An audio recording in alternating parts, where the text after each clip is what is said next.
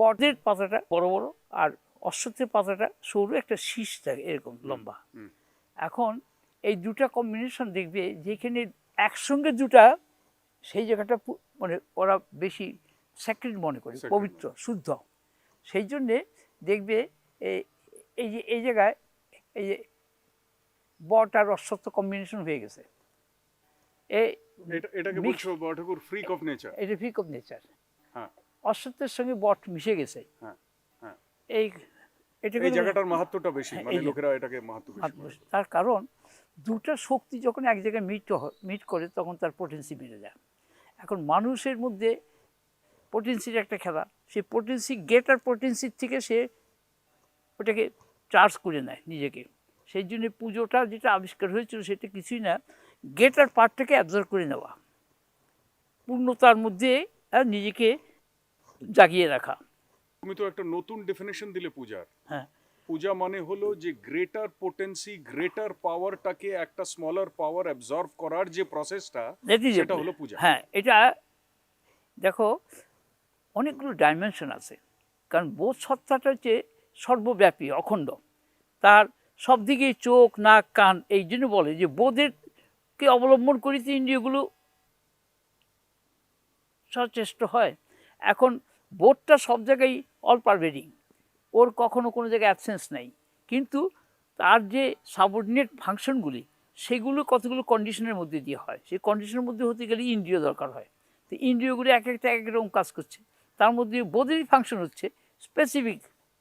তাতে আমাদের আউটার নেচারের ব্যালেন্সটাকে রাখার জন্যে। বাহ, বস বস বস বস बैठ जा बैठ जा बैठ जा। अरे भाई सुन लो भाई, तुम भी सुन लो, सुन लो भाई सुन लो। बस बस, ও আসবেই, খবর পেয়ে গেছে। বস, হ্যাঁ বসো বসো, बैठ जाओ। দেখো কি সৃষ্টি, খেল।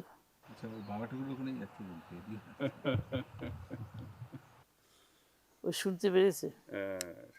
বসো বসো, बैठ बैठ बैठ, चलो चलो বসো বসো বসো বসো বসো বসো। দেখো তোমাদের সাথী হয়ে গেল। কিন্তু যদি বলো কেন, আমি কিন্তু তাহলে এই পাঁচ সৃষ্টির বলতে যাব। তোমাদের সঙ্গে কিন্তু রিলেশন ছিল, সাম অর আদার্স। সেই কারণগুলো বলতে গেলে লম্বা কাহিনী হবে। ও কিন্তু আরেকটা ফর্মে চলে গেছে, কিন্তু রিলেশনটা ঠিক রয়ে গেছে। দেখো কোথায় আমরা ছিলাম আর কোথায় ও ছিল, ঠিক দেখো সময় মতো এসে গেছে, মিট করেছে। এখন এই যে বলতে পারো কোইন্সিডেন্ট না, ইট ইজ ন্যাচারাল। আমরা জানি না বলে সেটাকে অ্যাক্সিডেন্ট বলে কোইন্সিডেন্ট বলি, যারা জানে বলে দেখো এ আগে। হ্যাঁ বড়ঠাকুর, যেরকম তুমি ওই ঘটনাটা বলেছিলে যে যে একজন মহাপুরুষ তার জীবৎকালে যা করলো, তার পরের জীবনে, হ্যাঁ সেটা তো শুনেছো তোমরা, যে গরুর ঘটনাও বাবা ঠাকুর বলেছে। সেখানে গরুর সবসময় চোখে জল বেরোতো, চোখে আরতি যখন আরম্ভ হতো তখন। শোনো, এই যে লাইভ দেখছো, বসে যা, বাস বসে গেল। শোন, চুপচাপ করে বসে শুনবি, গল্প করিস না। এই আমরা এক একটা করে ফর্মের মধ্যে দিয়ে চলছি, প্রত্যেকেই একটা করে ফর্মের মধ্যে দিয়ে লাইফের ফাংশন হচ্ছে, কিন্তু লাইফটা হচ্ছে রিয়েল সাবস্ট্যান্স, ফর্মটা হচ্ছে সাবঅর্ডিনেট। ফর্মটা চেঞ্জ হচ্ছে, কিন্তু লাইফ এনার্জিটা চেঞ্জ হচ্ছে না, ওর ফর্মটা চেঞ্জ করছে। আমাদেরও তাই। আমরা যে কত ছোটোবেলা দেখে দেখো, যদি কিনা একটা সৃষ্টির দেহটা ধারণের একটা ঠিক আদি মুহূর্ত ধরো কনসেপশন, একটা মেল এনার্জি ফিমেল এনার্জির কনসেপশন যে মুহূর্ত একটু হলো, এটা সৃষ্টির কিন্তু একটা সায়েন্স, বিজ্ঞান। তখন কিন্তু অব্যক্ত রয়েছে, আনম্যানিফেস্টেড। সেটা কীভাবে ম্যানিফেস্টেড হবে, একটা প্রসেসের মধ্যে দিয়ে আসছে। স্পার্ম অ্যান্ড জার্মের কম্বিনেশন দিয়ে কীভাবে দেহে শরীরের ভিতরে মাদার্স উমের মধ্যে এই আমাদের বডিটা তৈরি হচ্ছে। প্রত্যেক সৃষ্টির প্রত্যেক অ্যানিম্যালের মধ্যে কিন্তু একটা উম্ব আছে, সেইখানে এই স্পার্ম আর জার্মের কম্বিনেশন দিয়ে, মানে দুটা শক্তি ঠিক একটা পার্টিকুলার স্টেজে দুটো একসঙ্গে মিট করে তারপরে দুটো একত্র হয়ে যে ইউনিফাইড হয়ে গেল, একটা পজিটিভ একটা নেগেটিভ। এই ইউনিফর্ম হয়ে গিয়ে আস্তে আস্তে আস্তে বডি ফর্ম করছে। আমরা মেডিকেল সায়েন্সে পাচ্ছি যে কনসেপশনের পরে একটা জেলি ফিশের মতো একটা সাবস্ট্যান্স সেখানে এই স্টার্ট করলো, সেটা আস্তে আস্তে ডেভেলপ করছে, আস্তে আস্তে লিম্ব তৈরি হচ্ছে। এই একটা একটা করে আমাদের লিম্ব তৈরি হচ্ছে, লিম্বের মধ্যে তার ইনার ফাংশন সৃষ্টি হচ্ছে একটা ভেরি মেকানিক্যাল ওয়েতে, সায়েন্টিফিক ওয়েতে। আস্তে আস্তে আস্তে আস্তে তার মধ্যে প্রাণের সঞ্চার হচ্ছে। দেখো, দেখলে প্রাণের সঞ্চার হচ্ছে। আর সেই প্রাণটা যখন কিনা ঠিক সেট হয়ে গেল, তখনই কিন্তু ওর 10 মাস 9 মাস 10 মাস পূর্ণ হলো। তার আগে যদি কিনা হয় তাহলে কিন্তু প্রিমেচিউরড হয়ে গেল, তার সবগুলো অর্গান কিন্তু। সেই জন্যে ওই 7 মাসের 8 মাসের যারা, তাদের কিছু ডেফিসিয়েন্সি থাকে, লাইফে বেশি দিন তারা বাঁচে না, অল্প কিছুদিন পরে দেহটা নষ্ট হয়ে যায়। এই যে দেহের মধ্যে ফাংশন করছে, এটার সঙ্গে পাস্টের, প্রেজেন্টের, ফিউচারে তিনটারই কিন্তু সম্বন্ধ থাকে। এখন পাস্টের জিনিসটা আমরা বুঝি কী দিয়ে, না আমাদের কতগুলো হ্যাবিট আপনার থেকে ন্যাচারাল ওয়েতে আসে। তার মানে অতীতে যেটা করা হয়েছে সেটারই একটা কন্টিনিউশন আসে। এটাই আমাদের যার যেরকম স্বভাব, এইটা প্রেজেন্ট টাইমেতে এসে নতুন করে সেটা আবার শেপ নেয়, আবার ফিউচারে সেটা সে অনুযায়ী সেটা আসে। কিন্তু পাস্টের লিঙ্কটা থেকে যায়, পাস্টের যে সম্বন্ধটা সেটা থেকে যায়। সেই জন্য যারা এটা জানে, বোঝে, তারা ঠিক ও দেখে চিনে নিতে পারে। এখন এই যে কারণে বডিটা চেঞ্জ হয়ে গেছে, এই কারণে সবারই আমাদের বডি কিছু না কিছু ডিমেরিটস আমাদের থাকে, তার ফলে সেই ডিমেরিটস অনুযায়ী আমাদের বডি তৈরি হয়। খালি যে এইরকম বডি না, কুকুর হতে পারে, অ্যানিমাল, যে কোনো অ্যানিমাল হতে পারে, বার্ডস হতে পারে, প্ল্যান্টস লাইফে চলে যেতে পারি, আবার ব্যাক টু প্ল্যান্টস লাইফ, আবার সেখান থেকে এভলিউশন বিবর্তন হতে থাকে। এইরকম 84 লক্ষ বার্থ, মানে ফ্রম দি ভেরি অরিজিন থেকে একেবারে এন্ড পর্যন্ত আমাদের এই 84 লক্ষ অ্যাভারেজ। মানে the first state of manifestation বা ঠাকুর এই পাথর মাটি এই স্টেট কি একেবারে এইটা ইনভলিউশন বলছে এটাকে। ইনভলিউশনটা হচ্ছে কি, সেই অখণ্ডের মধ্যে প্রথম এই সে কি হলো, তার ভিতরে ভাইব্রেশন সৃষ্টি হলো, সাইলেন্স, অল সাইলেন্সের মধ্যে ভাইব্রেশন সৃষ্টি হলো। ভাইব্রেশন সৃষ্টি হয়ে সে ভাইব্রেশনটা আস্তে আস্তে আস্তে বাড়তে আরম্ভ করলো। যেমন একটা লেকের মধ্যে জলটা কাম একেবারে সিরিন, তার মধ্যে অল্প একটু হাওয়া বইছে ঝির করে, একটুখানি জলটা সরছে, নড়ছে, তারপরে একটু বাড়ছে, রিপলিং, তারপরে আস্তে আস্তে রিপলিংটা আস্তে আস্তে ছোটো ছোটো ওয়েভ, বড় ওয়েভ, সমুদ্রের মধ্যে দেখা একটু বড় বড় রোলিং হয়ে আসছে, এগুলো ডেভেলপ হচ্ছে, আবার কমে যাচ্ছে, দুইটা একসঙ্গে বাড়ি খেয়ে পড়ে আবার সেই ওয়াটার সাবস্টেন্স চলে আসছে। সৃষ্টির মধ্যে এই অ্যাপিয়ারেন্স আর ডিসঅ্যাপিয়ারেন্স, এটা হচ্ছে সায়েন্স, বিজ্ঞান। কিন্তু এইটা দেখে আমরা কি বুঝতে পারি, সৃষ্টির মধ্যে উত্থান পতন এটা থাকবেই, ইট is the function of life. Life মানে তার ভিতরে একটা গতি থাকবে, চেতনার অংশ থাকবে। আর জড় মানে যেখানে চেতনাটা ঘুমিয়ে আছে, রেস্টে আছে, বা কোনো গতি নেই, মুভমেন্ট নেই, ইনঅ্যাক্টিভ স্টেজে আছে। পাথরের মধ্যে লাইফ রয়ে গেছে ইনঅ্যাক্টিভভাবে। এই পাথরের মধ্যে যে লাইফ আবার কীরকম বাড়ছে দেখো, এর মধ্যে জল বৃষ্টির ফলে কি হবে, এর মধ্যে শ্যাওলা পড়বে, মসি হয়ে যাবে। মসি হওয়ার পরে আস্তে আস্তে শ্যাওলার মধ্যেই ভেরিয়েশন হতে আরম্ভ করবে। এই যে প্ল্যান্ট লাইফ কীভাবে সৃষ্টি হয়েছে, পাহাড়ের গায়ে দেখবে জল পড়ে পড়ে পড়ে পাহাড়ের গায়ে একটা ভেলভেটের মতো শ্যাওলা, সেই শ্যাওলার মধ্যে থেকে নানান রকম ভেরিয়েশনের প্ল্যান্টস তৈরি হচ্ছে সেখানে। তার ফুল এক একটার একরকম, কিন্তু গ্রাউন্ডটা এক ছিল, একটা লেভেলে, একটা ঠিক ভেলভেটের গ্রাউন্ডের মতো, তারপরে ডিফারেন্ট শেপ দিচ্ছে। তার মানে লাইফের বহুমুখী টেন্ডেন্সি থাকে, সেই টেন্ডেন্সিতে মুভমেন্টস তাকে দেয়। সেই জন্য দেখো এই যে বটগাছটা, এরও একটা অরিজিনাল স্টেজে কিন্তু সেই মসি স্টেজের থেকে এও এসছে, একটা ক্যারেক্টার নিয়ে নিচ্ছে। আবার অন্য অন্য যে সমস্ত বড়ো বড়ো গাছ, তারা আরেকটা ক্যারেক্টার নিয়ে নিচ্ছে। এইভাবে প্রত্যেকের মধ্যে একটা পার্থক্য, বিশেষত্ব এসে পড়ে। এইটি হচ্ছে ভেরিয়েশন। এই ভেরিয়েশনটা সৃষ্টি করছে ওই রজশক্তি, অর্থাৎ যেটাকে আমরা রাজসিক পাওয়ার বলি, ওই প্রজেকশন দিচ্ছে, ওই ভেরিয়েশন সৃষ্টি করছে। আর তমগুণ সেটাকে ধরে রাখছে, ধারণ করে রাখছে, ওটা আধারের কাজ করছে। তাহলে এই যে পাথরকে ধরে রাখছে, পাথরের ভিতরে তমগুণের ফাংশন ম্যাক্সিমাম। তারপরে আস্তে আস্তে হার্ড জিনিসের মধ্যে তার ফাংশন সেইভাবে একটু একটু বাড়ছে।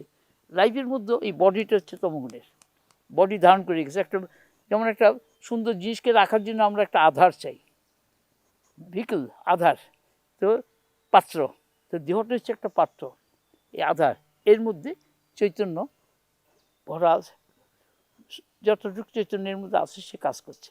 এবং চৈতন্যের স্বভাব হচ্ছে সবসময় ছড়িয়ে পড়া, প্রকাশ হয়ে পড়া।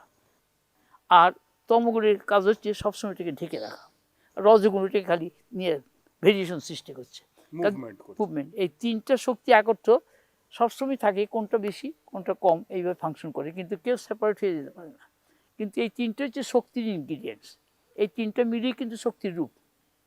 বড় এখানে একটা প্রশ্ন ছিল, তুমি বললে যে তমগুণ হচ্ছে যেটা ধারণ করে রাখছে, তার মানে ধারণ করার আলটিমেটলি ধরিত্রী হচ্ছে ধর্ম, সেই ধর্মেরই একটা পার্ট হয়ে গেল তমগুণ, আর একটা পার্ট হয়ে গেল রজগুণ, আর একটা পার্ট হয়ে গেল সত্যগুণ। এটা তো শক্তির খেলা যখন স্টার্ট হচ্ছে, শক্তি যখন সাইলেন্টে থাকে মানে নিষ্ক্রিয় থাকছে, তখন সবটাই ঘুমিয়ে থাকে, তার মানে সেখানে কোনো মুভমেন্ট নাই, রজগুণ আর সত্যগুণ নাই, শুধু তমগুণটা, শুধু তম। এখন তমর মধ্যে যখনই সত্য হচ্ছে সব জিনিসকে প্রকাশ করে, রজ হচ্ছে সব জিনিসকে বৈচিত্র্যরূপে ভেরিয়েশন সৃষ্টি করে, অ্যাক্টিভিটিস, অ্যাকশন। সত্যটা হচ্ছে লাইট, ফোকাস করছে, আর তমটা হচ্ছে সব কিছুকে ধরে রাখছে, তম রজকেও ধরে রাখছে, সত্যকেও ধরে রাখছে, নিজেকে তো ধরে রাখছি। কাজেই প্রত্যেক সৃষ্টির মধ্যেই তিনটা আমরা পার্ট পাই। যে কোনো সৃষ্টি, যে কোনো জিনিসের মধ্যে যাও, লাইফের মধ্যে যাও, প্ল্যান্ট লাইফে যাও, অ্যানিম্যাল লাইফে যাও, বা যে কোনো পাথরের মধ্যেও আমরা তিনটা জিনিস পাই। একটা হচ্ছে খুব হার্ড পাথর, একটা মিডিয়াম, আর একটা হচ্ছে সফট পাথর। এই তিনটা কোয়ালিটি থাকবে প্রপোর্শনেটলি কম বেশি। এখন সৃষ্টির মধ্যেই তিনের ভেরিয়েশন একত্র করে নিয়ে অনন্ত অনন্ত ভেরিয়েশন সৃষ্টি হয়ে গেছে। কিন্তু সবটার জন্য একটা ব্যাকগ্রাউন্ড চাই। আমি একটা ছবি আঁকতে গেলে একটা ব্যাকগ্রাউন্ড চাই, কীরকম একটা কাগজই হোক, ক্যানভাসই হোক, বা একটা দেওয়ালই হোক, এই ব্যাকগ্রাউন্ডের মধ্যে একটা স্কেচ প্রথমে আসলো, এই সৃষ্টির মধ্যে প্রথমে তার একটা আইডিয়া মাথায় খেললো। হ্যাঁ, আমি বউ হয়ে দেখবো কীরকম, নিজেকে দেখার ইচ্ছে হলো, ছিল সাইন্সের মধ্যে একেবারে অ্যাবজর্ব হয়ে। এই হচ্ছে চৈতন্যের আদি ইতিহাস। বোধের ঘরের থেকে ভাবের ঘরে আসলো, এই ভাবযুক্ত হয়ে ভেরিয়েশন সৃষ্টি হলো, তার মধ্যে ভাবের থেকে আবার নামে নেমে আসলো, হ্যাঁ, সাউন্ডে আরও সাউন্ড তৈরি হলো, শাটল সাউন্ডের থেকে আস্তে আস্তে গ্রস সাউন্ড, ভেরিয়েশন সাউন্ডের থেকে তারপরে আসলো ফর্মে, রূপে। ফর্মটা হচ্ছে আউটার, সাউন্ডটা হচ্ছে ইনার, আর ভাবটা হচ্ছে সেন্ট্রাল, আর বোধটা হচ্ছে ব্যাকগ্রাউন্ড, এটা হচ্ছে অল পারভেডিং। কাজে বোধ সবটার সঙ্গে যুক্ত আছে। আমরা বাইরের থেকে যেইভাবে দেখছি সেটা হচ্ছে অ্যাপিয়ারেন্সে, কিন্তু অ্যাপিয়ারেন্সের গভীরে যখন আমরা অনুভব করি তখন দেখি যে অ্যাপিয়ারেন্সটা সরে গেছে, বোধটা আছে। আমাদের এই লাইফের মধ্যে এই জিনিসটা আস্তে আস্তে ম্যানিফেস্টেড হতে হতে হতে হতে হিউম্যান লাইফের মধ্যে এটার ম্যাক্সিমাম ম্যানিফেস্টেশন স্কোপ আছে। সেই জন্যে মানুষ হচ্ছে সৃষ্টির মধ্যে, জীবজগতের মধ্যে শ্রেষ্ঠ সৃষ্টি।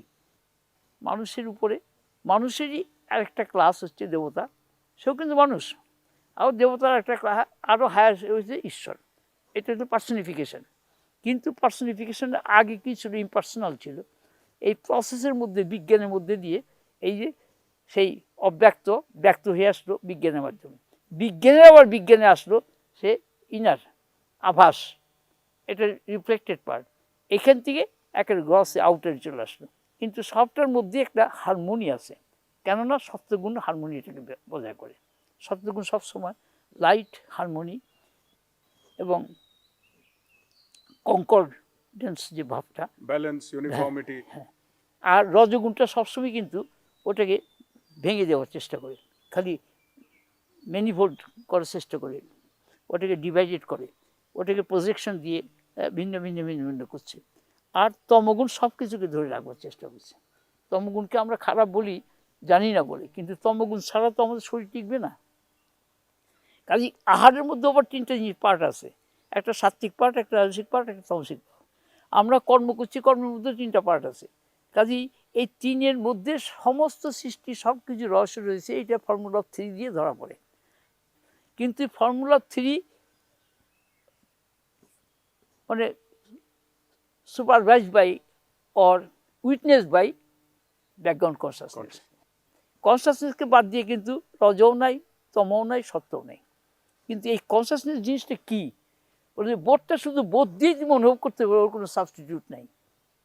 গুণের কিন্তু ভেরিয়েশন আছে, বোধের ভেরিয়েশন নেই। বোধের ভেরিয়েশনটা গুণ দিয়ে, ভাব দিয়ে আমরা দেখি। প্রথম ভাবযুক্ত হলো, সেই জন্য ধরো ছোট্ট এক্সাম্পল, তোমার টাকা আছে, অনেক জমি জমা আছে, হঠাৎ মাথায় এলো আচ্ছা ওই জায়গায় জমিটার মধ্যে আমি যদি একটা কিছু সৃষ্টি করি কীরকম হয়, এরকম একটা প্ল্যান, হঠাৎ আইডিয়া মাথায় আসলো, কাজী আইডিয়াই আনবো হলো আমির মধ্যে, আমি তো হচ্ছে বোধ সত্তা, তার মধ্যে আমি দিয়েই আনবো হলো সৃষ্টির আদি উদ্দেশ্য, আইডিয়া, আমিকে দিয়া, এই আইডিয়া আনবো হলো, তারপরে আস্তে আস্তে সেটা কনস্ট্রাকশন আনবো হলো। হ্যাঁ, সে কী কী লাগবে সেগুলো সৃষ্টি করলো, সেগুলো জোগাড় করলো, একটা একটা একটা করে এই সংগ্রহ করে সেটাকে জোগাড় করে সেট করলো। এখন সেট করলো পরে তখন দেখা গেলো যে কিছুই ছিল না, একটা বাড়ি তৈরি হলো সুন্দর, একটা খালি জায়গায় বাড়ি তৈরি হলো, কিংবা একটা অফিস তৈরি হলো, কারখানা তৈরি হলো, কিংবা কোনো একটা জিনিস তৈরি করলো। যেমন এই প্রতিমা, দুর্গা প্রতিমার সময় ওই পূজার আগে খড় বাঁশ টাস দিয়ে একটা ফ্রেম তৈরি করে মাটি নিয়ে এসে তাকে এই যে আইডিয়া দিয়ে কীরকম ডিজাইন প্রতিমা করবে, আজকাল নানান রকমভাবে অর্ডার দেয়, অমুকের মুখের মতো হওয়া চাই, স্টারদের অমুকের মুখের মতো হওয়া চাই মা দুর্গার মুখ, সেইভাবে তারা করে দিচ্ছে। মানে এই যে আইডিয়াটা ছাড়া তুমি সৃষ্টি করতে পারবে না, আইডিয়াটার পিছনে আবার কনসাসনেস ছাড়া আইডিয়া আবার কার্যকরী হবে না। আইডিয়াকে কার্যকরী করতে গেলে রজগুণ দরকার, রজগুণ ছাড়া যেই যে আমরা ওখান থেকে এলাম, দেখো রজগুণের একটা ফাংশন, অর্থাৎ আইডিয়া এসেছিল বলতে কি একটা শুটিং করা হবে, যাই হোক একটা স্কিম নেওয়া হলো আইডিয়া, তারপরে দেখো রজগুণ এখানে, এখন এই যে আমরা এখানে বসে আছি এই তমগুণের ফাংশন আসবে, এই সবটা মিলিয়ে নিয়ে লাইফের ফাংশন। কাজেই লাইফকে অ্যানালিসিস করলে আমরা সমস্ত রহস্যটাকে জানতে পারি।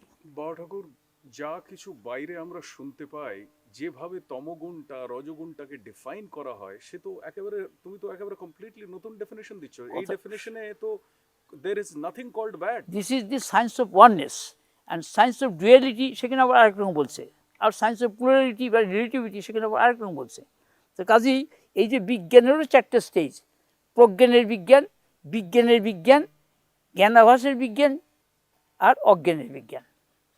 তো অজ্ঞানের বিজ্ঞানটা হচ্ছে এই অবজেক্টিভ মেটেরিয়াল যেটা ইন্দ্রিয় দিয়ে আমরা ব্যবহার করি। দেখো ও এনজয় করছে আরেকরকমভাবে সেই জিনিসটাকে। দেখো তোমাদের কাছে এসে ও কেমন শান্তিতে আছে, কিন্তু সব জায়গায় এই শান্তিটা পাবে না সে। যুধিষ্ঠিরের সঙ্গে যে পথ দর্শন করে নিয়ে গেছিল যুধিষ্ঠিরকে ধর্মরাজ, হ্যাঁ, তার কি এখানে পুনরাবির্ভাব?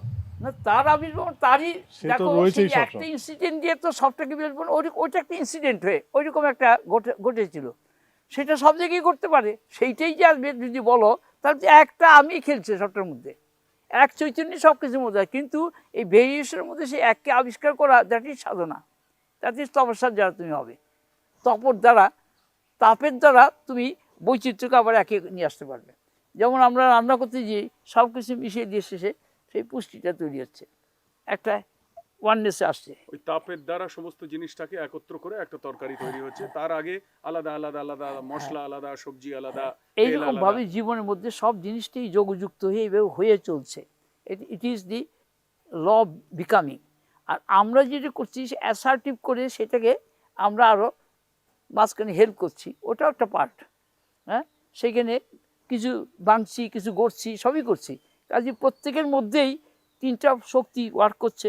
সে একদিকে সে মানে সাক্ষী, আরেকদিকে সে স্রষ্টা, কর্তা, পাতা, আবার একদিকে সে নিজেই ভোক্তা, নিজেই ভোগ করছে। মানে প্রাণ সৃষ্টি করছে, প্রাণকে পালন করছে, প্রাণকে আবার প্রাণকে আবার গ্রাস করে গ্রহণ করে নিচ্ছে নিজের মধ্যে। এই যে সেন্সেড গেম অফ সেলফ কনসাসনেস, এটি ছিল। আমি যে জিনিসটাকে ভোগ করছি সেটা আমারই একটা স্মলার পার্ট। হ্যাঁ, আমি সৃষ্টি করে নিচ্ছি নিজের মধ্যে দিয়ে, আইডিয়া দিয়ে সৃষ্টি করে সেটাকে আবার আমি এনজয় করছি। তার মানে বাড়ি বানালাম, বাড়িটাকে ওই বোধেরই খেলা হচ্ছে সব জায়গায়, কিন্তু consciousness is the background, is common factor, and consciousness is আমি। তাহলে আমির সঙ্গে খেলছি, বোধের সঙ্গে খেলছে, এবং ভেরিয়েশন অ্যাপিয়ারেন্সের মধ্যে আসছে রূপ, নাম, ভাব দিয়ে। কিন্তু এই বোধের যে অনুভূতিটা বা যেটাকে তুমি এইটা শান্তি বলো, এটা বোধের লেভেলে পাওয়া এটা যাবে। কালমিনেশন হবে ধীরে ধীরে। যেমন একটা শিশু আস্তে আস্তে বড় হয়, একটা ছোট বীজের থেকে গাছ হয়, এগুলোকে বলছে ডেভেলপমেন্ট, কালমিনেশন। কালমিনেশন হতে হতে হতে সে এই ছোটোর থেকে, ক্ষুদ্রের থেকে, অব্যক্তের থেকে ব্যক্ত হয়ে প্রকাশ হয়ে ছড়িয়ে পড়ছে।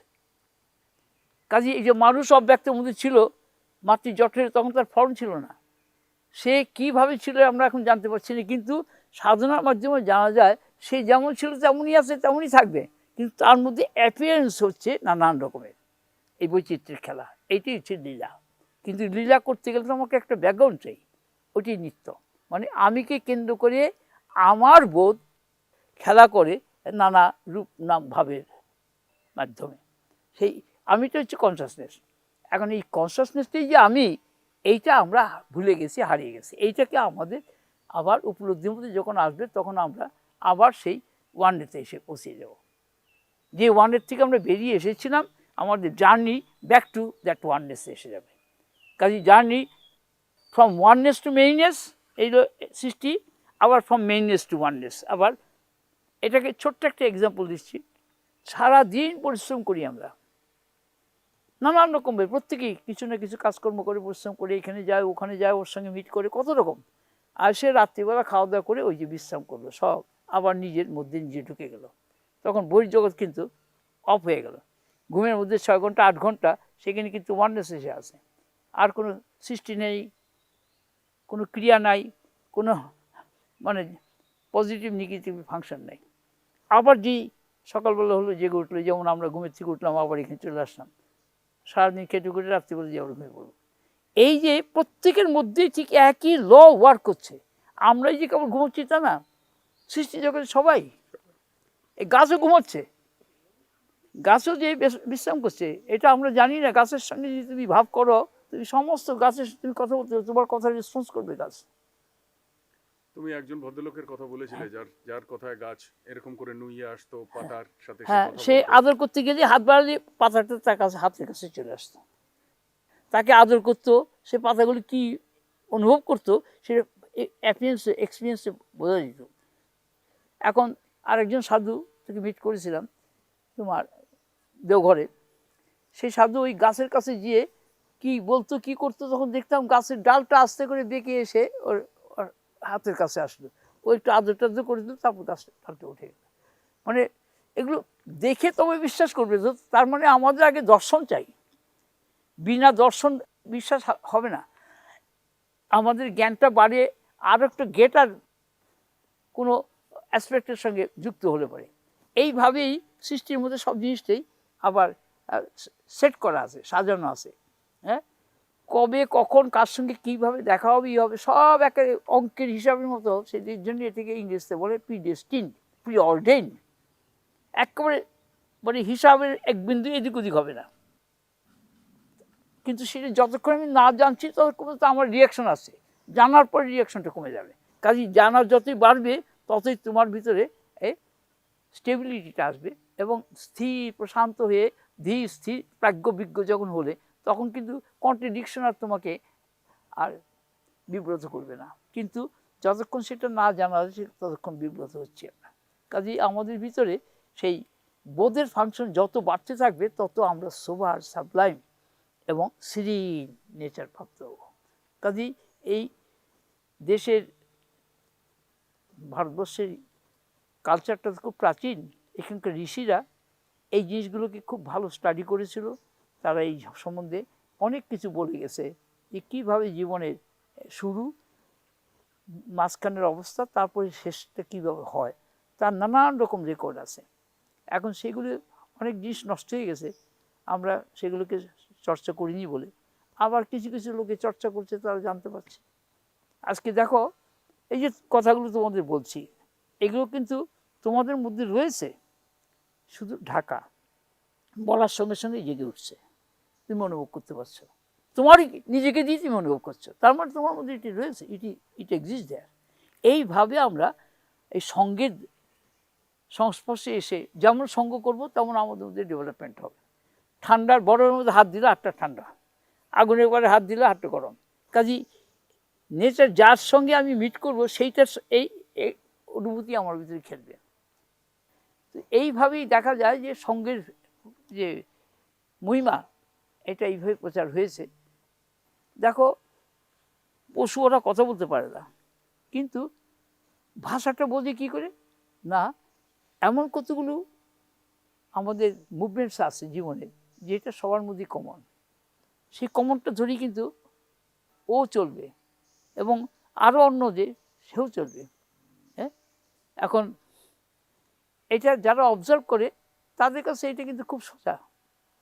দেখো তোমাদের সবার সঙ্গে তো সবার পরিচয় একদিন ছিল না, পরিচয় হয়ে গেছে, তখন দেখো তুমি চিনতে পারো এগুলো। এইভাবেই আস্তে আস্তে we come in close contact with others and become acquainted with others. অপরের সঙ্গে আমরা পরিচিত হই, আমাদের ভাবের মিল হয়, তখন আমাদের অনেক আন্ডারস্ট্যান্ডিং কমন হয়ে যায়, বেড়ে যায়। তখন পরস্পরের সঙ্গে পরস্পর আমরা কোঅপারেট করি, আমাদের জিনিসের লেনদেন করি। এইভাবে সোসাইটি তৈরি হয়েছিল। এটা হলো বাইরের দিক বাবা ঠাকুর। ঠিক সেইভাবেই আস্তে আস্তে আস্তে আস্তে ভেতরে ঢুকলে ইনারের সাথে পরিচয় হবে, সেন্ট্রালের সাথে ওই পরিচয় হবে। একই গতি দুইটা দিক, একটা হচ্ছে কেন্দ্রের থেকে পরিধির দিকে বেরিয়ে আসলো, বৈচিত্র্যের দিকে, আবার বৈচিত্র্য আবার একত্রের দিকে চলে আসলো। ওই যে জাগ্রত অবস্থা আর ঘুমের অবস্থা বললাম, কিন্তু এই সবটার পিছনে যে ব্যাকগ্রাউন্ড, যেটা উইটনেস কনসাসনেস, সেটাও নিজেরই পরিচয়, সেটাও আমি। সেই আমিটা যখন কিনা আস্তে আস্তে ডেভেলপ করে গেলো, তখন এইগুলির ইম্পর্টেন্স কমে গেল। ছোটোবেলায় যখন কিনা প্রত্যেক শিশু তার খেলাঘর, তার খেলনা নিয়ে সে মেতে থাকে, লেখাপড়া শিখতে থাকে, আস্তে আস্তে আস্তে বড় হয়, খেলনাগুলোর ইম্পর্টেন্স কমে যায়, অন্যরকম খেলা আরম্ভ হয়। এই করতে করতে সে সংসারই হয়, শেষ পর্যন্ত সংসার ছেড়ে দিয়ে সে স্বাধীনবন্ধনের জগৎ চলে, সেইটাও আরেকটা সংসার। তাহলে দেখা যাচ্ছে যে আমরা স্টেজ আফটার স্টেজ খালি আন্ডারস্ট্যান্ডিংয়ের ডাইমেনশনের দিকে এগিয়ে যাচ্ছি, গ্রেটার দিকে। এটাই হচ্ছে ব্রিং হন। ক্ষুদ্র রূপে প্রকাশ পেয়েছিল, এখন বৃহত্তর রূপে প্রকাশ পাচ্ছে। দুইটি মহিমা, সব মহিম নি মহিম ন, মানে নিজের মহিমাতেই নিজে মেতে আসে প্রত্যেকেই। এটা যারা জানে তারা কেউ কাউকে ডিস্টার্ব করে না, আর যারা জানে না তারা ওই অপরকে নিয়ে সমালোচনা করে, এটা ঠিক না, ওটা ঠিক, এটা ঠিক কি বেঠিক এটা বিচার করবার ক্ষমতা কিন্তু কারো নাই। আমরা নিজেকে দিয়ে মনে করি আমি ঠিক, অন্য বেঠিক, অথচ আমিও যে বেঠিক সেটা কিন্তু আমি জানি না, আরেকজন আবার জানে। তাহলে এটা রিলেটিভ হয়ে গেল। কিন্তু এই রিলেটিভের মধ্যেও এইরকমভাবে আমাদের চলতে হয়, কেননা প্রকৃতি এইভাবে সাজিয়ে রেখেছে। হ্যাঁ, আমার পছন্দ হলো না, আমি সেখান থেকে সরে আসলাম, আবার যেখানে পছন্দ হলো সেখানে চলে গেলাম, যেটা ভালো লাগলো সেটা গ্রহণ করলাম, যে ভালো লাগলো সেটা ছেড়ে দিলাম। আমি যেটা ছেড়ে দিলাম সেটা আবার আরেকজনে অপেক্ষা করে সে আবার ঝাট করে নিয়ে এলাম। এই হয়ে গেল খণ্ডের ঘরে এই খেলা।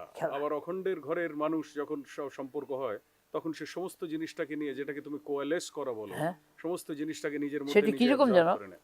তুমি ছোট্ট একটা বিজনেস আরম্ভ করেছো, অল্প পুঁজি দিয়ে, একটা ছোট করে, আস্তে আস্তে আস্তে আস্তে আস্তে তোমার পুঁজি বাড়ছে, তোমার কাজের পরিধিও বাড়ছে, চিন্তাও বাড়ছে, শেষ পর্যন্ত তুমি একটা বিরাট বিজনেস সৃষ্টি করছো, প্রচুর টাকা। এখন প্রথম দিনের থেকে এই যে বিস্তার, তোমার কাজের বিস্তার, অর্থের বিস্তার, বিষয়ের বিস্তার, সব এই করতে করতে করতে করতে একটা সময় যে তুমি আর কিছু করছো না, বসে আছো, তোমার লোকেরা কাজ করছে, আবার তারাও বসে গেছে, তাদের লোকেরা কাজ করছে। হ্যাঁ, বুড়ো বাপ বুড়ো হয়ে গেছে, বসে গেছে, তার ছেলে কাজ করছে, ছেলে বুড়ো হয়ে গেছে, তার ছেলে কাজ করছে, বুড়ো দাদু বসে বসে দেখছে, সে কোনো কিছুতে মাথা গলায় না, কিন্তু সেই কিছু স্টার্ট করেছিল। তাহলে দেখো জীবনের এই যে একটা সাইড, এই সাইডটাকে যদি কিনা আমরা ভালো করে খেয়াল করি, তাহলে আমাদের অনুভূতি, চেতনা, আমাদের যে ধারণা, সেটা ক্রমশ ওয়াইডার হয়ে থাকে। তার ফলে হয় কি, স্মলার পার্টগুলো তার মধ্যে অ্যাবজর্ব হয়ে যায়, আর তখন সেগুলোর ইম্পর্টেন্স থাকে না আগের মতো, ডিস্টার্বও করে না, ডিস্টার্বও করে না। আর ডিস্টার্ব করবে কী গেছে, এটার থেকে গ্রেটার, স্মলার তো ক্যানট ডিস্টার্ব দি গ্রেটার, আর greater does not feel any disturbance from the lower. দাদু নাতি নাতনির কাছ থেকে কোনো অসুবিধা বোধ করে না, ওইটাকে প্লেফুল আইডিয়াতে নিয়ে নেয়, খেলার ছলে। কিন্তু যখন নিজের ছেলেকে শাসন করেছে, নিজের মেয়েকে, তাদের যে ছেলে মেয়ে হয়েছে, নাতি নাতনি, তাদেরকে তো শাসন করতে হবে, দাদুকে দিয়ে হবে না, দাদু পারবে না, দিদা পারবে না, তারা আগলিয়ে রাখে। বাবা শাসন করছে, দাদু আগলিয়ে রাখছে, বকিস নি। তাহলে দেখো এই যে টলারেন্স, এই যে পেশেন্স, এন্ডিউরেন্স পেশেন্স, টলারেন্স, এটাও বাড়তে থাকে, আমাদের বিচার বাড়তে থাকে। তখন আর আমরা এলো পাতলি চিন্তা করি না, একটু ভেবে দেখি, আচ্ছা আমি ভেবে দেখি। আগে হলে কিন্তু রাগের মাথায় তখন একটা জবাব দিয়ে দিত, না আমি একটু ভেবে দেখি, ভেবে দেখলে দেখো বেকার এ করে লাভ নাই। হ্যাঁ, দেখো তার আন্ডারস্ট্যান্ডিং তাকে কী করলো, জিনিসটাকে চেপে দিল। কেননা একটু বাড়তে দিলে অশান্তি বাড়বে। দেখা যাচ্ছে বোধেরই নানান রকম ভেরিয়েশন হচ্ছে গুণ আর উপাধি যোগে। গুণটাকে বলে উপাধি, যেমন উপাধি লাগাবে তেমন সেটা শেপ নেবে। এই উপাধিটা ক্রমশ ছোটোর থেকে বড় হতে হতে যখন বৃহত্তম উপাধি, সেটা হচ্ছে ব্রহ্ম, সেটা হচ্ছে আত্মা। সেটাকে যখন কিনা আমি ভাবনা করছি তখন আমি ব্রহ্মময় হয়ে যাচ্ছি। আবার ক্ষুদ্র ভাবনা যখন করছি ক্ষুদ্র হয়ে যাচ্ছি। বিষয় ভাবনা করছি বিষয়ের সঙ্গে সম্পর্ক করছে, কর্মের ভাবনা করছি কর্মের সঙ্গে সম্পর্ক করছে। কিন্তু এই সবই বোধের খেলা। বোধকে বাদ দিয়ে তুমি কিচ্ছু পাবে না। মানে উইদাউট কনসিয়াসনেস এই কোনো জিনিসের কোনো কোনো এক্সিস্টেন্স এবং ফাংশন সম্ভব নয়। এক্সিস্টেন্সটাও বোধের উপর নির্ভর করছে, ফাংশনটাও নির্ভর করছে, এবং তার রেজাল্টও নির্ভর করছে। কাজেই it is variations of display of consciousness reality. তাই জন্য তোমার কথা বড় ঠাকুর, পরম শান্তি শুধু চৈতন্য আমির মধ্যে আমি যখন বাস করছে তখন আমারটা নাই, আমার নাইলে ভেরিয়েশন নেই, তখন আপনি শান্তি। ঘুমের মধ্যে তোমার যদি বিষয় চিন্তা থাকে, অবশ্যই চিন্তা থাকে, ওই পাওনাদা তাকে অত টাকা দিতে হবে, কালকে ওখান থেকে এত টাকা আনতে হবে, ওর কাছে যেতে হবে, ওকে এই করতে হবে, এই ঘুম আর মাথায় আসছে না, মাথা গরম হয়ে গেছে। তখন ট্যাবলেট খেয়ে কোনো রকম একটা প্যাচওয়ার্ক, কিন্তু নর্মাল না। কাজেই জীবনের মধ্যে আমাদের নানান রকম ভেরিয়েশন ব্যবহার জীবনের মধ্যে আসে। এইগুলি সন্ধান সবাই তো করে না, যারা করে তারা মহান। তাদের কাছ থেকে আমরা এই বিজ্ঞানটা পাই, সায়েন্সটা পাই। তাদের যেমন কিনা ডাক্তারের কাছে যাই রোগ হলে পরে, কারণ আর রোগ হলে কীভাবে সুস্থ হবো সেটা আমরা জানি না, ডাক্তার জানে তার কাছ থেকে। কোনো মামলা মোকদ্দমার ব্যাপারে যে আইনের ব্যাপার, উকিলের কাছে যাই। কোনো জিনিস বাড়িঘর তৈরি করতে হবে, ইঞ্জিনিয়ারের কাছে যাচ্ছি। জামা কাপড় তৈরি করতে হবে, টেলারের কাছে যাচ্ছি। মানে যেইটা প্রফেশন তার কাছ থেকে সেটা আমরা নিচ্ছি। এইটি হচ্ছে সেটিং। এইভাবে সমাজ তৈরি হয়েছে।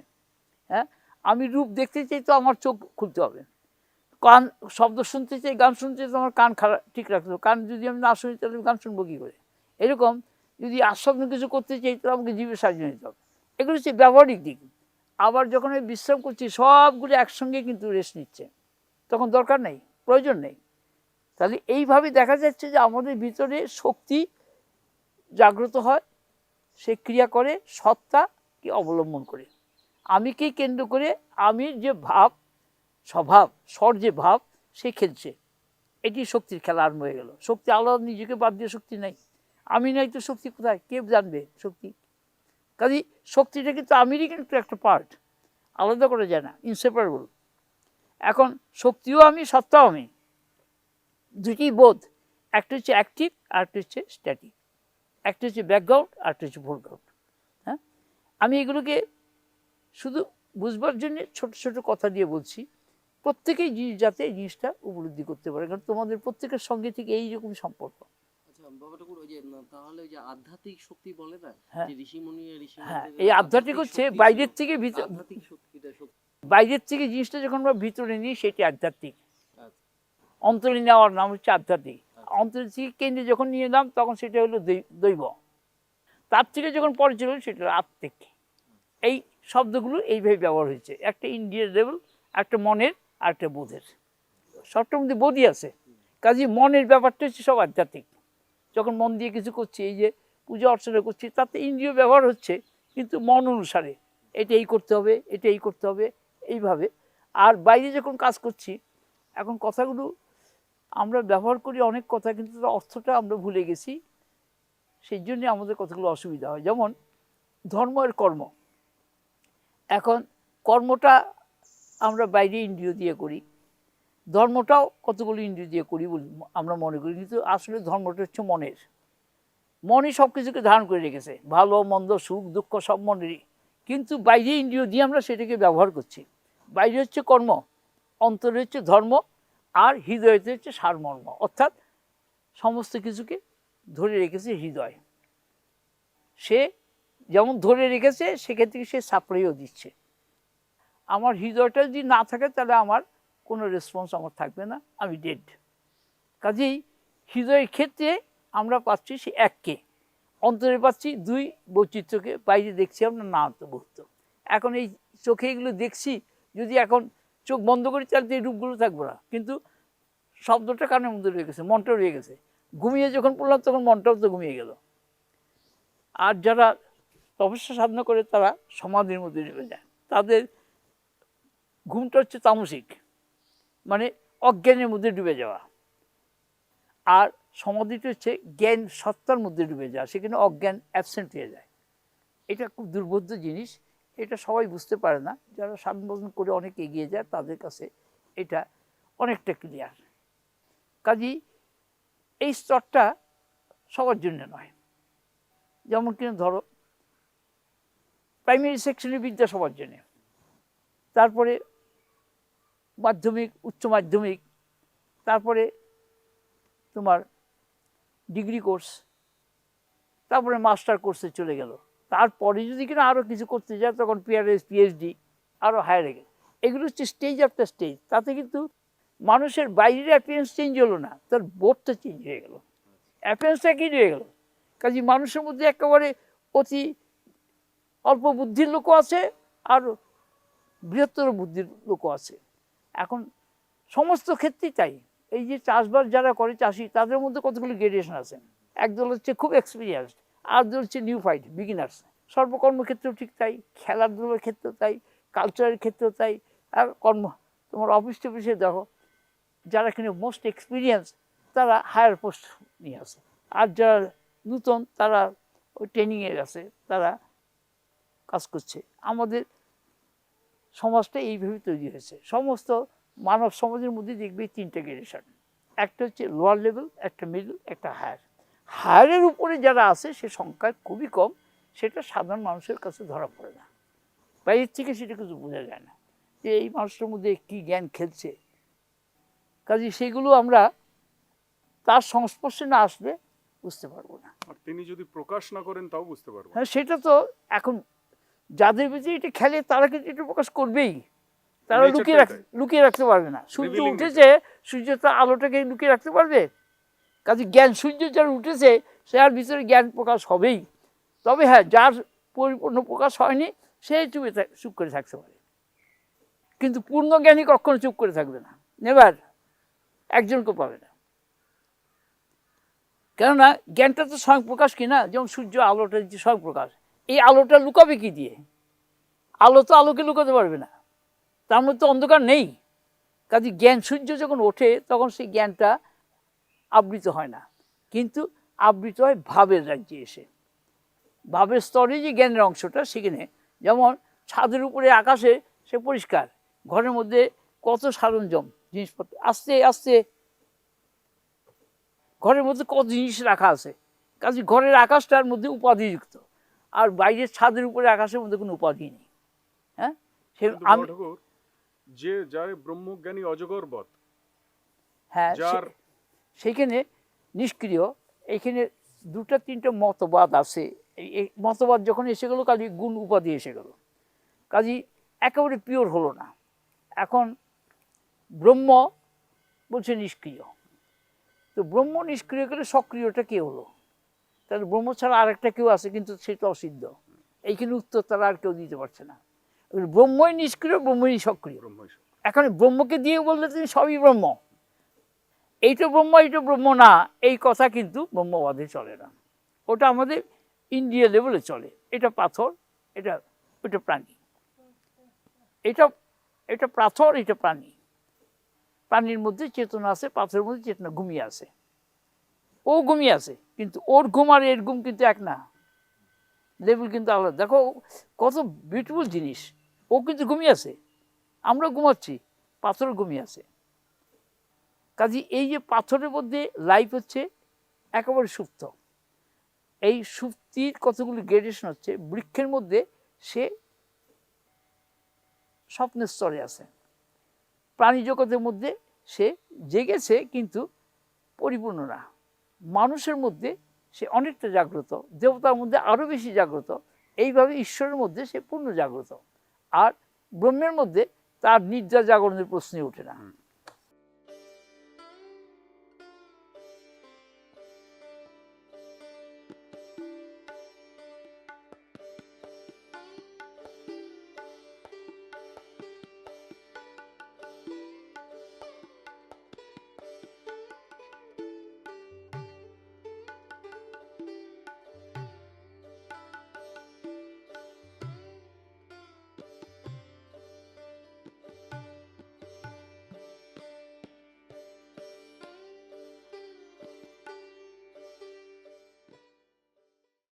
বড় সামটাইম ব্যাক ডেস্টিনি নিয়ে একটা কথা হচ্ছিল, আর তার থেকে এটা এক্সট্রাক্ট হয় যে everything is predestined, and if life we understand that everything is predestined, তাহলে how does one look at the life, যে everything we know that it is all together, that কালকে যেটা হবে সেটা তো ঘটার তো ঘটবেই, তাহলে One thing is that our mind is not conscious about what will be happening in the next moment. This is one of the characteristic feature of the mind, and other part of the mind is fully aware of it. So that awareing part is not always ready for all cases. That is why we cannot know what will be happening in the next moment.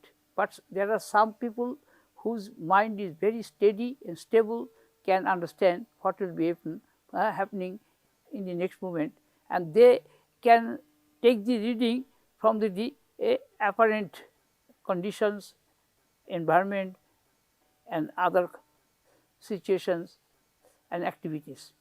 Now, predestined is a law, and that law is very subtle. That is the cause and effect law. We can know the effect part when it is active, but we cannot know the background, the cause part, which is very subtle. Subtle part can be known only when our mind is very steady, stable, and concentrative. Otherwise, we are always concerned with the active part, and from the active part we can know that it is happening repeatedly again and again. For one case it is something different, and for other cases it is something different. It is only due to the effective part of the cause. Cause is the same, but effect is something different according to the environment, condition, limitation. And one thing is that the predestined theory is not accepted by all people, because those who are very assertive and very proud of themselves and very self-centered, they do not believe in destiny. They believe, oh, it is not destiny, it is our nature that functions, and nature is also the result of some previous destiny, past destiny. Destiny means the cause of the past, and presence is the effect of that. That is why most of the people are concerned with the effective part than with the cause part. So, to know the destiny as the reason of all our life's function, we should be careful about our cause part. So, those who are aware of the cause part, they believe in the destiny, and those who do not, they don't follow the cause part, they follow the active part only. That is why man to man differs from one another according to their prenatal habit. Prenatal habit means past experience of life, and according to that we use the present. And if we cannot remember the past, then we only follow the present and cannot know the past and cannot know the cause part. Past is the cause, present is the effect. In this way it continues in life, and life is a state in which the cause and effect, law of cause and effect function. Somebody is conscious more about cause part, somebody about effective part. So, those who believe in destiny, they follow the cause part, and those who believe in active part only, effective part, they do not believe in destiny. Bhathakur, if I have understood his question correctly, Guddu wanted to ask you, Bhathakur, if everything is predestined, whether I know it or I don't know it, whether I follow it or I don't follow it, but if I am told by a great soul that everything is predestined, then I have very little reason to do proper self-effort. I have very reason to do effort and work. Am I correct? If you believe in the law of destiny, then you must believe in the law of activities. So what is happening, it is according to the previous cause, previous destiny. So you cannot avoid that. What you will have to do or not, it is already predestined. That means you are following knowingly or unknowingly the same law of destiny. What will happen? It will happen. ও সূত্র এসে জন্য ভাবি ন তদ্ভাবি ভাবির যস্য তদন্যথা. That means what will happen, and what will not happen will never take place. It is a law, but that law is not known by all. We can talk of the law, but we do not follow the law. Most of us talk of destiny, but we don't follow, because we are so much affected by the effective part, active part, that we find no time to follow the cause part. That is one point. Another point, somebody believes it only a part of it, not the whole of it. Somebody says, oh, without any self-effort, how can I say that destiny will rule over the life? But the present self-effort is the result of the past destiny, and the present self-effort will create the cause part for the future. In this way, it goes on till we reach the last stage, that is the final cause, the cause of all other causes, the causeless cause. That means the science of oneness. So long we are within the science of duality and mainness, we are to follow, knowingly or unknowingly, the rules of cause and effect, effect and cause. So that the rule of cause and effect and cause is the rule of destiny, in one sense. In other sense, it is our self-effort which creates the destiny, so that it can change the destiny. It is also one theory. But his point is that destiny means that which will happen, but we don't know. So how can we say that it will happen until and unless it takes place? So that we are concerned about only that part of life which is in our views, which is in our experience, but which is out of our experience, beyond our experience, we cannot imagine. So cause part cannot be imagined. It is only known only by effect.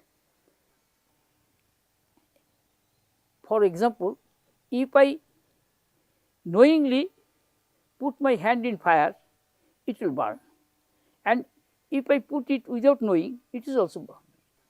Fire will act accordingly, and I can experience that knowingly or unknowingly according to our own understanding. So it differs according to understanding. It is one part. Another part is that there is no destiny, there is no cause and effect. It is only fictitious. That means just like dream experience. In dream experience, mind composes something new and experiences that. But the very moment the sleep is broken, it is over, then we know that it is not correct, real. In this light, the Vedanta says that there is no creation at all. Creation is the imaginary fancy of mind. So I am not the mind. Mind is my reflection. It is a function of reflection which is not real, but it has some appearance. Life experiences that as an object, but subjective part of life is greater than the objective part. So one who says that it is predestined is the cause of that, but he is not aware that he is the cause of that. The cause is superior to the effect. Effect is the objective part of the subjective part, cause, and ideality is the background of all. So background is not really changed or affected by the cause and effect part. Cause and effect part is the imaginary state of life, and that is the function of our Shakti, that means mind. Shakti means mind, intellect. So, ideality is beyond intellect. And until and unless we can realize the ideality, we to some extent follow the cause part and effective part. This is what is experienced in life. So it means two angles are coming out very straight away, that non-duality and duality. No, that is another aspect. No, the cause and effect works in Cause and effect pertains to duality, not in non-duality. non-duality, but it pertains to duality. While non-duality, there is no cause and effect. So there is no question arise of predestinity. And all these questions exist in mind and functions in mind, not in the self. So that means you can, one derives from here is that what you are doing today is your tomorrow's destiny, and what is happening today is the past of what you have done is the destiny what you are going through. Yes, it is. All these pertains to your nature part, So not your self part. So what we nature say part. in Hindi is the karma. Yeah. That means what all you have done, you have. It is nature, not the self. So self is always in the background, and it is unattached and inactive and only witness. Only witness. It is not doer, enjoyer or experiencer. It is the nature part which is the doer, enjoyer and experiencer. So when you know that I reality is the background, is not affected by all these things, so I am not concerned about what the nature will do or not. Let the nature take care of itself. You are only impersonal witness, then you are not affected. So what is happening in life, you are not disturbed. In a common man's language, what A people common say- man must learn it. And that is why education is needed. Until and unless common man learns it, he cannot know it. For example, somebody asked me this question.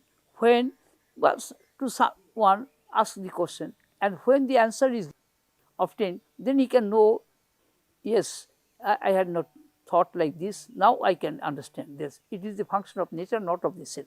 So I am the self, I am not the nature. So nature follows the self, but self does not follow the nature. Self is the background, eternal background, the unattached. वो nature का साथ उसको कोई संबंध है ही नहीं, लेकिन बाहर से मालूम होता है मैं भी कुछ करते हैं, आई को सब्जेक्ट मालूम करते हैं, ये अहंकार है अज्ञान से, अज्ञानता से मैं को अहंकार समझता है हम लोग। जब ज्ञान बन जाते तो अहंकार भाग जाते, जैसे लाइट लेने से आधारी चला जाते, ऐसे वो जितने भी अवेयरनेस आ जाएगा तब हमारी पुरानी जो वो धारणा, पुरानी जो चिंता भावना, वो सब भी हट जाते। इसीलिए नेचर का पार्ट है वेरिएशन और सेल्फ का पार्ट है वननेस, वो बराबर एक ही रह जाते। हाँ, इसीलिए मैं और मेरा का पार्ट है मैं के साथ, और मैं बिना मेरा हो नहीं सकता है, लेकिन मेरा बिना मैं हो सकता है। जैसे रात में जब सो जाता है आदमी, तब मेरा बंद हो जाता है, नींद में मैं रह जाता है। जैसे नींद टूटने के बाद कहते हैं, oh I had a very nice sleep, no disturbance at all, ये मेरा का बात नहीं है, मैं के बात। और यही स्मृति जब रह जाते हैं हमारी, और हम जब उसको भी लेकर के हर चीज़ विचार करते, तब मैं को हम अलग करके, ये मैं किसी के साथ युक्त कभी नहीं हो सकता है। जैसे आकाश है, इतना सुकन है जो कोई चीज़ के साथ वो युक्त नहीं होता, लेकिन हर चीज़ आकाश में ही रह गया। आकाश का कोई चेंज नहीं कर सकता, मैं को कोई चेंज नहीं कर सकता, मेरा कुछ चेंज होता है। बस वहाँ से देखो मेरा का क्या, शरीर मेरा है, ऐसे मेरा है, घर मेरा है, गाड़ी मेरा है, कारखाना मेरा है, लेकिन ये भी चेंज होता है। हम उसको बढ़ा सकता है, उसको दबा सकता है, बंद कर सकता है, लेकिन मैं को हम हटा नहीं सकता है, कभी नहीं। ये मैं है प्योर, हर आदमी का मैं है प्योर, वही है आत्मा, वही है डिवाइन।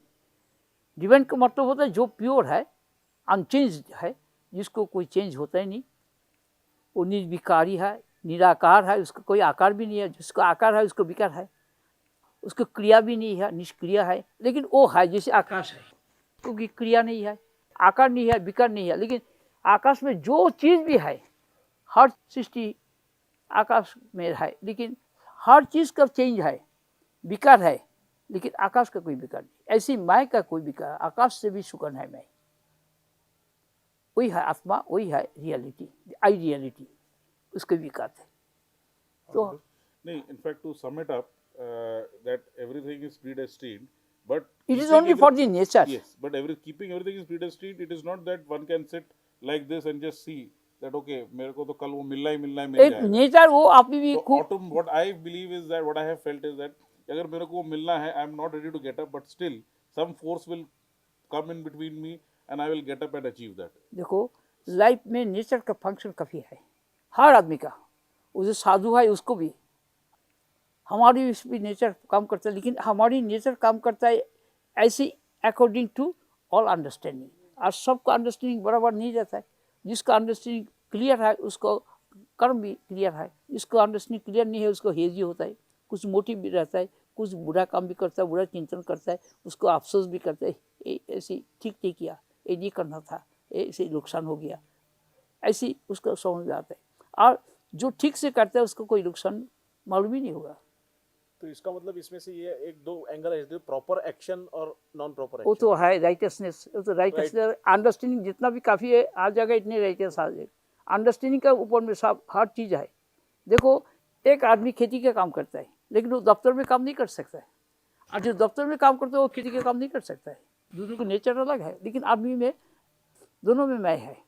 तो मैं का कोई काम है ही भी नहीं। जितना काम है हमारी नेचर का फंक्शन हो रहा है, चलने दो। जब वो काम करेगा करेगा, जब रेस्ट लेगा लेगा, इसमें हमारी क्या है।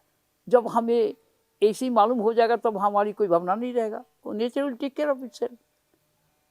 वो करना है नहीं करेगा, नहीं करना है नहीं करेगा, लेकिन हमको लेकर के चलने पड़ेगा उसको। लेकिन हमारी कोई नुकसान नहीं, हम एब्सोल्युटली फ्री। ऐसी एक ज्ञान जिसको है वो उसको कोई भावना भी है नहीं। He is absolutely free from all demerits. मेरी डिमेरिट्स से तुम नेचर का है, तो नेचर तो हमेशा काम करते ही रहते। वो रेस्ट लेता है, वो काम करता है, वो सोचता है, वो विचार करता है, हर चीज़ करता है, तो नेचर का फंक्शन है। लेकिन बिना मैं तो हो नहीं सकता ना। मैं को मार से उसके साथ लगाओ, यही बात है मेरे का, और कुछ नहीं। वो डेस्टिनी को काम करने दो। हमारी क्या काम है, डेस्टिनी का काम डेस्टिनी करेगा। हमारी काम जो है, हम तो जैसे है ठीक है, ऐसी मुक्त रहना चाहिए। तब क्या होता है, हमारी जो कष्ट होता है ये कष्ट नहीं, जो ओरियस एगोनीज एंग्जाइटीज है ये मैं का नहीं, मेरा का।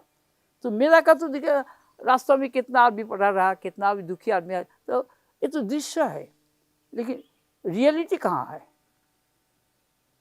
ये देखो सारी दुनिया में ये तुम पूरा हटा नहीं सकता, अज्ञान को हटा नहीं सकता, आधारी को हटा नहीं सकता है। लेकिन जब लाइट आ जाता है आधारी खुद ही भाग जाते हैं। बेकार हम क्यों इसके लिए सोचेगा।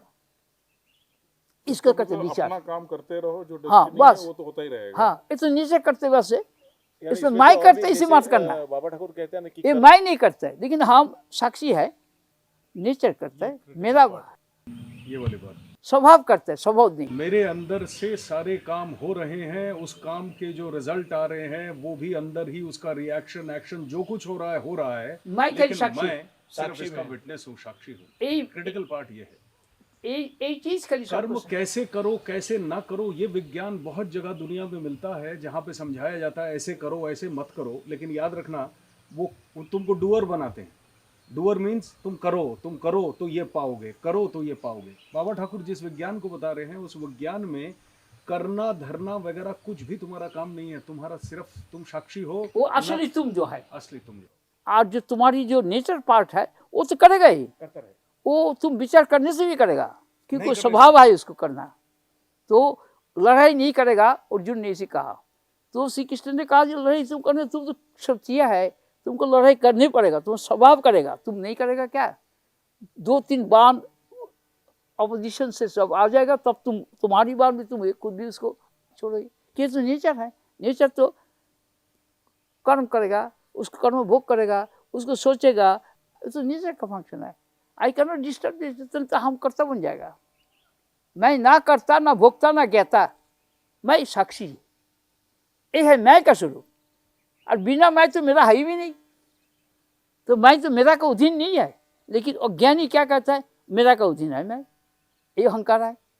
इसीलिए लोग का मुश्किल होता है। इसीलिए कहते हैं ये आदमी विद्वान आदमी, मतलब क्या है, वो मेरा को समझ लिया, वो मैं ही मेरा आता है, उसको जो कुछ होता है सब ठीक है, कर्म चलते रहते हैं, I can not stop the, चलते हम कर्ता बन जाएगा। हमारी कोई फंक्शन है ही भी नहीं रियल आई का, लेकिन वो नेचर का फंक्शन है, वो हम कभी बंद नहीं कर सकेगा।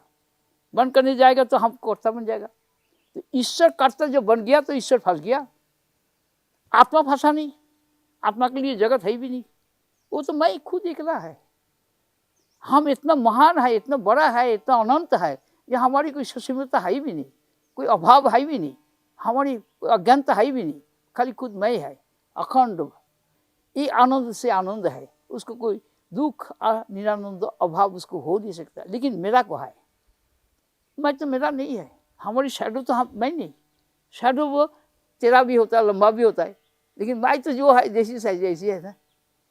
ये एग्जाम्पल से थोड़ा कुछ भी वो लाइट मिलेगा, इसीलिए ये बात सबको सामने रखते हैं, जो वो खुद ही समझ लेगा, उसको समझाने की ज़्यादा जरूरत नहीं, खाली राइट पॉइंट उसको सामने रखो, क्योंकि एवरीबॉडी इज ऑल परफेक्ट। वो अपना को ठीक से समझते नहीं, कारण क्या, वो थोड़ा सा भूल गया हुआ, उसको थोड़ा सुनने के बाद उसको याद आ जाएगा, नहीं ऐसी तो होना नहीं चाहिए, हम तो ऐसी नहीं है, वो करने दो, उसको जब मालूम हो जाएगा वो भी नहीं करेगा। इसीलिए ज्ञानी आदमी किसी को डिस्टर्ब नहीं करता, वो ठीक ही खुद समझ लेगा राइट टाइम में। और अज्ञानी आदमी कहता है उसको इसी करना चाहिए, एक क्यों नहीं करा इसके, लेकिन अकॉर्डिंग टू हीज और हर ओन वे वो सबको वो चलाने चाहते हैं, ये कभी नहीं हो सकता, नहीं फॉलो करेगा। देखो हम एक एग्जाम्पल लगाते हैं, जैसे घर में तुम शांत होकर के बैठा है, कुछ किताब पढ़ा कि एकदम रेस्ट लिया, थॉट फ्री माइंड, दूसरा कोई आकर के उसको तुमको एक्साइट करने लगा, है ऐसे हुआ ऐसे किया, वो ऐसे बोला, वो ये क्यों नहीं किया, तो तुम सुनता है लेकिन तुम्हारी कोई रिएक्शन नहीं होता है। और कोई क्या कि सुनने के बाद उसको वो फायर हो गया, हाँ वो ऐसे बोला, वो ऐसे किया, हम देखेंगे, देखो रिएक्शन हो गया उसको। तो ये है क्या, नेचर के साथ नेचर का फंक्शन हो रहा है लड़ाई, लेकिन मैं के साथ मैं की लड़ाई कभी हो नहीं सकता है, कभी नहीं। तुम्हारे घर का आकाश के साथ बाहर का आकाश कभी लड़ाई नहीं करेगा। कमरा है घर में बहुत, कोई कमरे के साथ कोई कमरे, लेकिन सामान के साथ सामान थोड़ा इधर उधर हो जाएगा। तो मेरा का कॉम्बिनेशन ज़्यादा है, इसीलिए उसमें गड़बड़ी हुई ज़्यादा भी है। इसीलिए कहा कि देखो तुम तो मैं है, तुम तो मेरा नहीं है, थोड़ा ख्याल करके चलो तो तुम्हारी जितना दुर्भावना है, दुश्चिंता है, कष्ट है, ये सब भी लग जाएगा। क्यों, जब तुम मैं को नहीं लगाओगे तब तुम्हारी कोई अनुभूति तुमको ओवरकम नहीं कर सकता, कभी नहीं।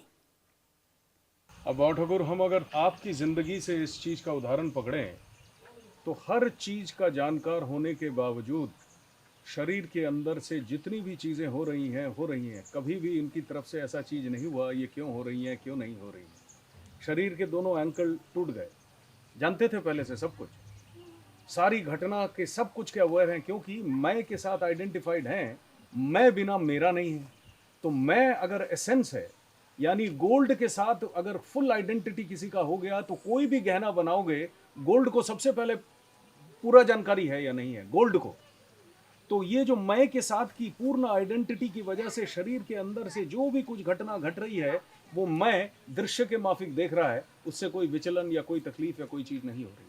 अगर रोना धोना भी है तो मन का है ना है, जो भी कुछ है, मेरा कुछ नहीं है। मैं जो हूँ, मैं अगर मैं स्वरूप हूँ तो इसके अंदर लिप्त नहीं हूँ। तो बाबा ठाकुर के पास अगर विज्ञान अपने को लेना है तो मेरा का विज्ञान नहीं है, मेरा का विज्ञान दुनिया में मिलता है। मेरा के चाल चलन का जो विज्ञान है वो भी एक विज्ञान है। बाबा ठाकुर बोले एक प्रज्ञान का विज्ञान है, क्योंकि ये मैं का विज्ञान है। इस प्रज्ञान के विज्ञान में भी 4 डिवीजन किए हैं, उसका एक अलग अपना हिसाब किताब है। फिर उसके बाद जो ईश्वरीय स्थिति है उसका भी एक विज्ञान है कि ईश्वर चाल चलन सारी चीज कैसे चलाएंगे, सृष्टि कैसे करेंगे, पालन कैसे करेंगे, उसको अपने अंदर कैसे ले लेंगे, वो भी एक विज्ञान है। फिर उसके बाद ये ज्ञानाभास यानी जीव के अंदर का मन बुद्धि, इसका विज्ञान है। अब आपने जो सवाल किया कि मेरे को क्या करना चाहिए क्या नहीं करना चाहिए, ये मेरा के विज्ञान में मन बुद्धि का विज्ञान है। अब इस मन बुद्धि का विज्ञान बाबा ठाकुर के पास है, ऐसा नहीं है कि नहीं है, क्योंकि यहाँ से आइडेंटिफाइड है तो हर चीज का चीज है। लेकिन असली चीज जो है वो जो सब जगह नहीं मिलती है वो है इसका विज्ञान। तो बार बार बाबा ठाकुर की बात में घूम फिर के जहां से भी जितना भी एक्सप्लेन करते हैं उसको एक्सप्लेन करके वो ला के उसी मय पे ला देते हैं, ताकि हम सब लोग उस मय में अपने जो असली स्वरूप हैं उसमें प्रतिष्ठित हो सके। जिंदगी में बहुत कुछ कर लिया, ये करेंगे तो क्या होगा, ये करना चाहिए कि तो नहीं चाहिए, तो रिजल्ट तो ना रिजल्ट, बहुत कुछ हमने जिंदगी में कर लिया। अब घूम फिर के जब यहाँ आके पड़े हैं तो यहाँ से जो सर्वश्रेष्ठ है, जिसके श्रेष्ठता के ऊपर और कोई श्रेष्ठ है नहीं, जिसको बाबा ठाकुर कॉजलेस कॉज बोल रहे हैं, सुप्रीम कॉज है, उसको क्यों ना पकड़े। बाकी चीजें तो बहुत जगह मिलती हैं, अगर तुम जाओगे ये दुकानदारी के हिसाब से मिलती रहेंगी, खरीद बेच है इसका, बाकी चीजें।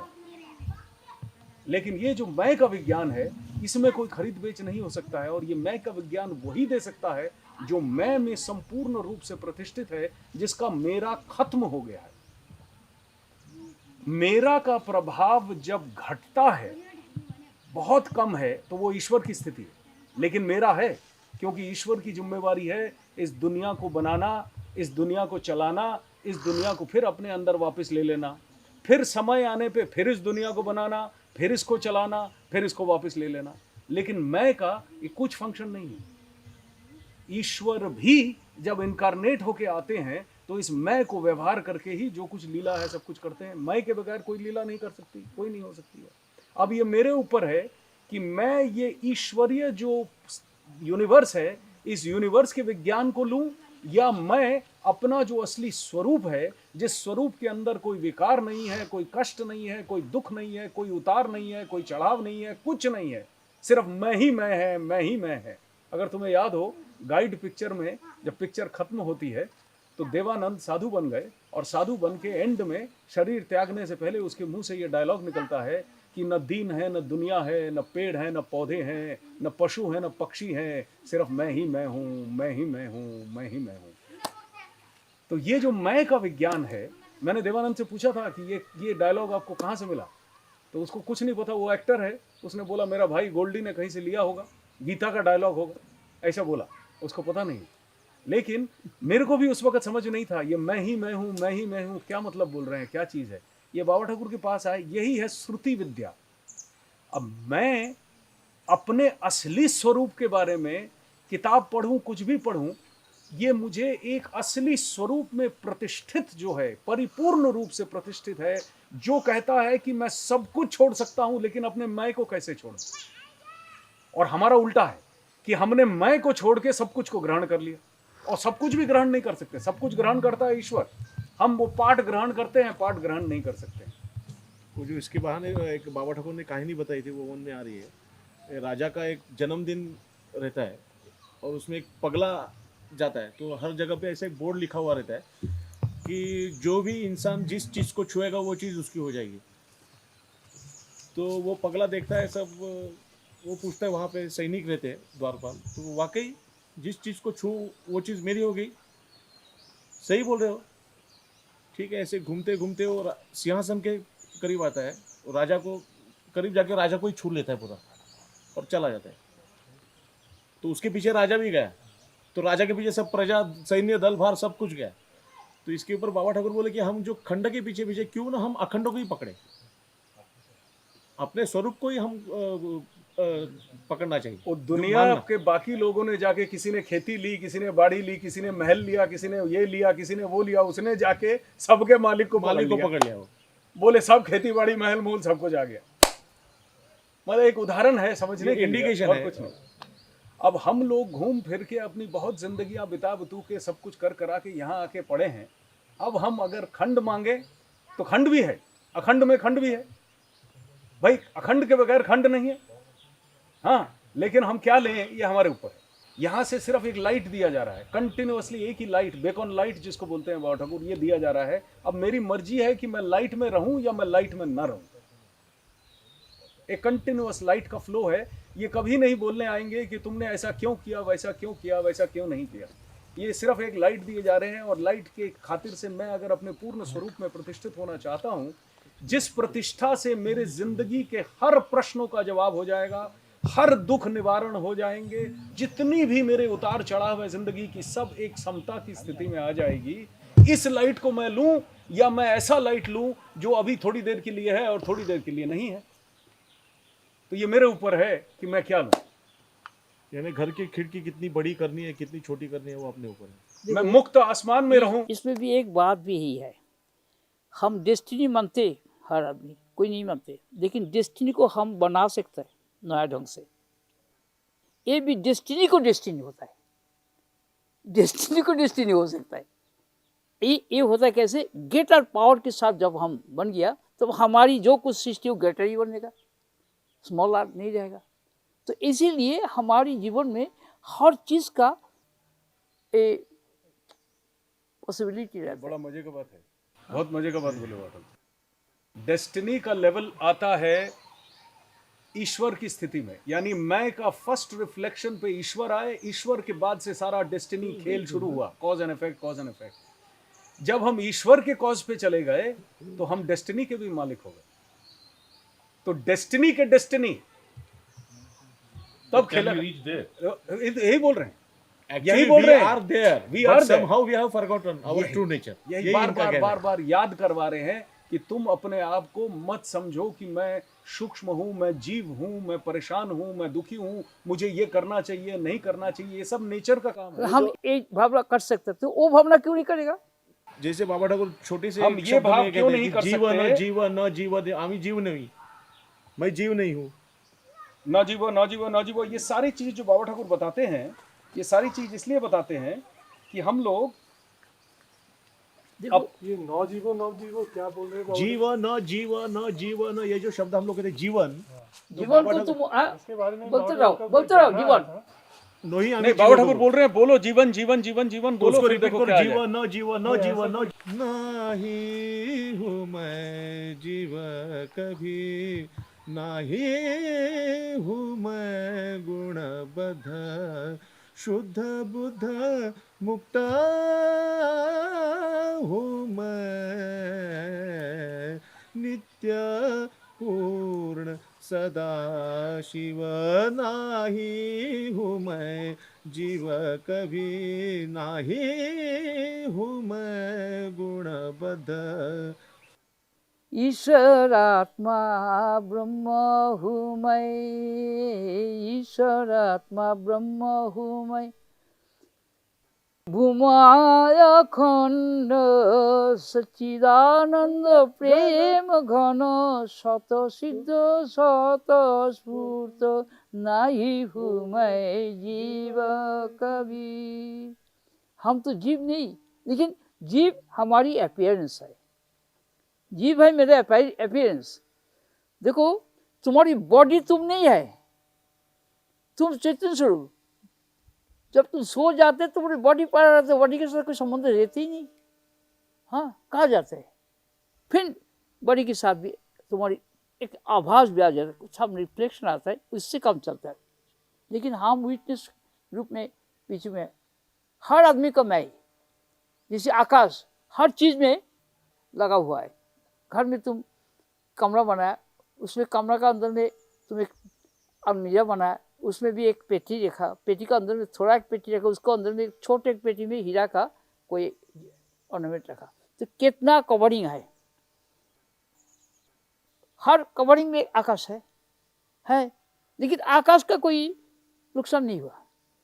पेटी को तो तोड़ दो, आकाश रह जाएगा, आकाश ही रह जाएगा। नाहं जीव कदाचन नाहं गुणबद्ध, शुद्ध बुद्ध मुक्तोहं, नित्यपूर्ण सदाशिव, नित्यपूर्ण सदाशिव, आकाश सम निर्मलोहं, निष्क्रिय निर्विकल्प, निर्विकार निराकार, अहं निरालंब, अहं निरालंब, कर्तृत्व भक्तित्व शून्य, भवातीत द्वंद्वातीत, प्रशांत अमृतोहं, शाश्वत अच्युत, शाश्वत अच्युत, नास्ति में जन्म मृत्यु, नास्ति में उदय अस्त, क्षय वृद्धि विवर्जितोहं, गता गति रहित, स्वतः सिद्ध स्वयं प्रभु अनंत विभु नित्याद्वैत स्वानुभव रस सिंधु सारात् सार स्वात्म तत्व सारात् सार स्वात्म तत्व नाहं जीव कदाचन नाहं गुणबद्ध शुद्ध बुद्ध मुक्तोहं नित्य पूर्ण सदाशिव नित्य पूर्ण सदा सदाशिव। शिव का मतलब कोई पर्सन नहीं, शिव का मतलब इधर heist good, I am the heist reality, I am the heist truth, I am the heist beauty, I am the heist good. इसके ऊपर में और कोई शब्द हो नहीं सकता है। ये है मैं का स्वरूप, और मेरा का स्वरूप जितना भी तुम चाहो इतने भी लगा सकता हो।